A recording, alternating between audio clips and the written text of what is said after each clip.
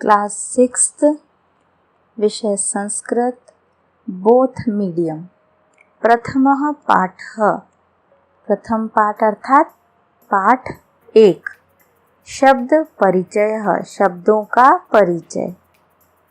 स्वराः, स्वराः मतलब स्वर। व्यंजनानि मतलब व्यंजन। संयुक्त व्यंजनानि मतलब संयुक्त व्यंजन या संयुक्त शब्द। जैसा कि आपने हिंदी में स्वर और व्यंजन पढ़े होंगे, उसी प्रकार से आज हम यहाँ क्या पढ़ेंगे, स्वर और व्यंजन, है ना। मैं आपको उसी के बारे में बता रही हूँ। अश्वः मतलब घोड़ा, आम्रम मतलब आम, इष्टिका मतलब ईंट, ईशः मतलब ईश्वर, उष्ट्रः मतलब ऊंट, ऊर्णः मतलब ऊन, ऋषि मतलब ऋषि, एणः मतलब 12 सिंगा, ऐन्द्रजालिकः मतलब जादूगर, ओष्ठो मतलब ओंठ, औषधम मतलब दवाइयाँ। ये थे हमारे स्वर। आगे व्यंजन। कमलम मतलब कमल, खड्गः मतलब तलवार, गणेशः गणेश, घटः घट मतलब घड़ा मटका, गंगा, गंगा मतलब गंगा एक नदी का नाम है ना, गंगा नदी जिसे हम कहते हैं गंगा नदी। चक्रम चक्र, छत्रम छाता, जलयानम जहाज, झरह झरना, चच्चू चोंच, टंगणक यंत्रम टाइपिंग मशीन, ठटकः ठठेरा, डमरू डमरू, ढोलः ढोलक, बाणः बाण, तीर बाण जानते हो ना आप। तरुः पेड़, ठः पहाड़, दर्पणः दर्पण, आईना जो होता है ना शीशा, धनुः धनुष, नरेशः राजा, पर्णम पत्ता, फणी सांप, बकः मतलब बगुला, भल्लुकः भालू, मयूरः मोर, यज्ञः यज्ञ, रथः रथ, लड्डू, लड्डू तो आप सभी जानते होंगे लड्डू क्या होता है ना, सब खाते हो ना लड्डू। वटः, वटः मतलब वट का पेड़, बरगद का पेड़, शशकः खरगोश, षट्पदः मक्खी, सरः नदी, हलम हल। उसके बाद आता है संयुक्त व्यंजन।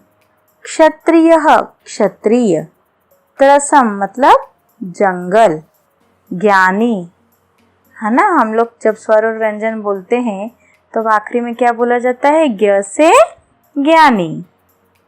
आपको अभ्यास में दिया है पहला प्रश्न, चित्राणि दृष्ट्वा नामानि लिखत। चित्र देखकर आपको नाम लिखना है। पहला चित्र काय का दिया है, घोड़े का। घोड़े को क्या कहा जाता है, अश्वः। ऐसे आपको आगे अभ्यास में दिया है कमल, है ना, कमल का चित्र, तो क्या लिखेंगे हम, कमलम। दूसरा चित्र दिया है तलवार, है ना, तो हम तलवार के लिए क्या लिखेंगे, खड्गः। आपको हिंदी में नहीं लिखना है, संस्कृत में लिखना है और याद भी संस्कृत में ही करना है। आप लोग सभी चित्र देखकर तो पहचानते हो कि ये कौन सा चित्र है या किसका चित्र है। ग दिया है आपको मटका, मटका को हमने क्या बोलेंगे, अभी पढ़ा था हमने, मटके को हम लोग क्या बोले थे, घटः। उसके बाद दिया है आपको छाता, छाते को लिखेंगे छत्रम। ऊंट, ऊंट को उष्ट्रः। उसके बाद दिया है 12 सिंगा, उसको लिखेंगे एणः। धनुष, धनुष को क्या लिखेंगे हम लोग, धनुः। उसके बाद दिया है आम, उसको लिखेंगे हम आम्रह या आम्रम भी लिख सकते हैं। उसके बाद दिया है आपको ढोलक। ढोलक को क्या लिखेंगे आप? ढौलह, है ना। जब आप ढौलह लिखेंगे तो आप उसमें ढ में औ की मात्रा लगाएंगे, लेकिन आप लह, ह तो हम उच्चारण करते हैं लेकिन विसर्ग लगाया जाता है, ठीक है। जो आखिरी शब्द के बाद में 2 बिंदी लगाई जाती है उसे हम कहते हैं विसर्ग, है ना। लेकिन जब हम बोलते हैं तो उच्चारण ह के रूप में होता है, जैसे डमरूह, ढोलह, ठटकह, है ना। ऐसे हम उच्चारण ह के रूप में करते हैं, लेकिन लिखते वक्त हम क्या करते हैं? विसर्ग लगाते हैं। आया समझ में? आगे देखिए, प्रश्न नंबर 2 भी आपको यही दिया है। कोष्ठकात उचितम शब्दम चित्वा चित्रानुसारम लिखत। पहला चित्र दिया है आपको ऋषि, दूसरा दिया है गणेशः, तीसरा दिया है ओष्ठ, चौथा दिया है आपको झरः, अगला दिया है मयूरः, अगला च है, च नंबर बकः, 6 नंबर है फणी, ज नंबर है रथः, ठीक है। उसके बाद देखिए प्रश्न नंबर 3, अधोलिखितानां शब्दानां वर्णान पृथक पृथक लिखित। जो आपको नीचे शब्द दिए गए हैं उनको आपको संधि विच्छेद करके लिखना है, ठीक है। संधि विच्छेद आपने हिंदी में भी किए होंगे, उसी प्रकार आपको इनके संधि विच्छेद करना है।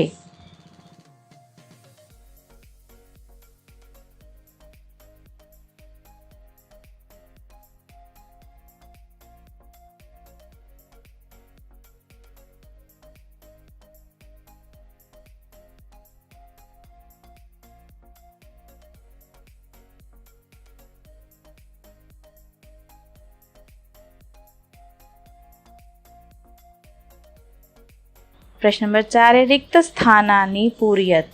यहाँ आपको ये जो शब्द दिए हैं इसमें आपको शब्दों की पूर्ति करके रिक्त स्थान को भरना है। पहला दिया है जलयानम, पहले रिक्त स्थान में आएगा ल। ख नंबर है आपका शशकः, ख वाले रिक्त स्थान में आएगा कह।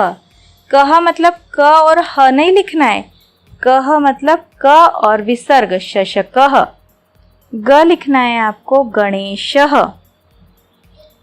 घ लिखना है आपको चक्रम, ण लिखना है आपको स्टिका। आया समझ में? यहाँ आपका प्रथम पाठ पूर्ण होता है। अब आप सभी अपनी संस्कृत की कॉपी में स्वच्छ अक्षरों में प्रथम पाठ लिखेंगे और सभी याद करेंगे।